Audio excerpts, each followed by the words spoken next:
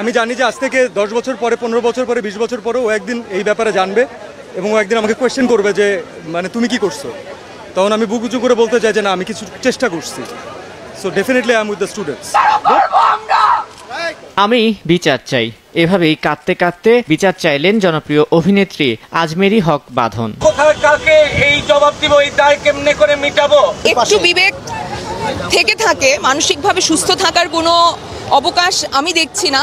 কারণ যেই দিন থেকে এই ঘটনাগুলো শুরু হয়েছে, যেই দিন প্রথম গুলি চলেছে, সেই দিন থেকে আজকে পর্যন্ত আমি দু চোখের পাতা এক করতে পারি নাই।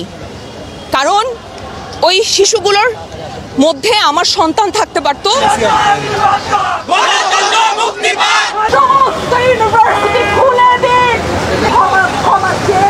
যাদের গ্রেফতার হয়েছে আমরা তাদের মুক্তি চাই। যেসব শিক্ষকরা, যেসব শিক্ষার্থীরা বিশেষ করে যারা মিথ্যা মামলায় গ্রেফতার হচ্ছে তাদের মুক্তি চাই।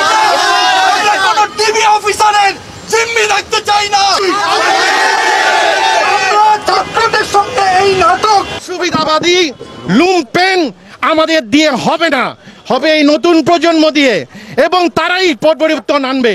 নতুন প্রজন্মের 9 দফা দাবি, তার প্রতি পূর্ণ সমর্থন এবং সংহতি জানাই এদেশের সমস্ত তরুণদের দাবি জানাই বিচার বিভাগের তদন্তের মাধ্যমে প্রতিটা হত্যার বিচার করা হোক। আবার এটাই চাওয়া যেন এইভাবে শিশুদের, ছাত্রদের প্রাণ যেন না যায়। এটা খুবই দুঃখজনক ঘটনা।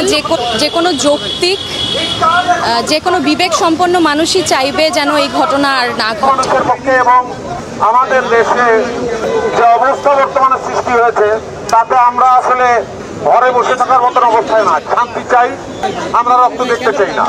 আমরা সকল নির্যাতন, গোলাগুলি, হত্যা, রক্ত দাবি রাখে, তখন সেটা একটু হলেও মাথায় আনা দরকার যে সেটা ফেলে দেওয়ার মতো না। ভাইরা যে বোনগুলো মারা যাচ্ছে, যে ভাইটা মারা গেল, দেখেন যদি আপনি সুস্থ স্বাভাবিক মানুষ হন, আমরা রাত্রেবেলা ঘুমাতে পারবেন না। আমার কানে এখনো বাজে যে কারো পানি লাগবে, কত পানি আসছে এখন, কারো পানি লাগবে। তো এটা যতদিন মাথায় থাকবে ততদিন পর্যন্ত আমরা শান্তিতে ঘুমাতে পারবো না। বের তো হয়নি, আমরা শিল্পী সমাজ তো বসেই ছিলাম, অপেক্ষা করেছি ওদের কবে বিবেকটা জাগ্রত হয়। ওদের বিবেক না, ওদের বিবেক মরে গেছে। সন্তান মারা যাবে, আমি মারা যাব, তা আমার জন্য কে বলবে? কেউই বলবে না।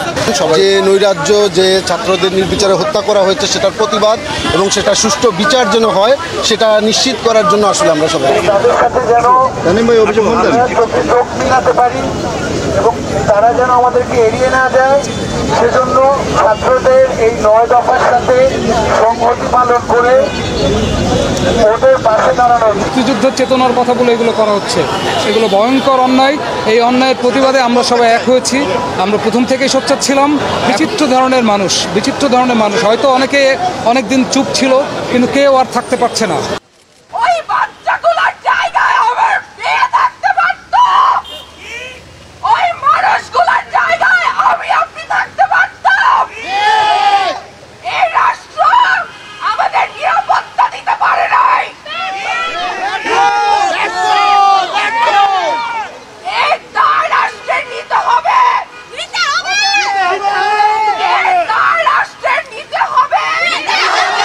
প্রজন্মের 9 দফা দাবি, তার প্রতি পূর্ণ সমর্থন এবং সংহতি জানাই এদেশের সমস্ত তরুণদের যারা মাঠে এই মুহূর্তে আন্দোলন করছে।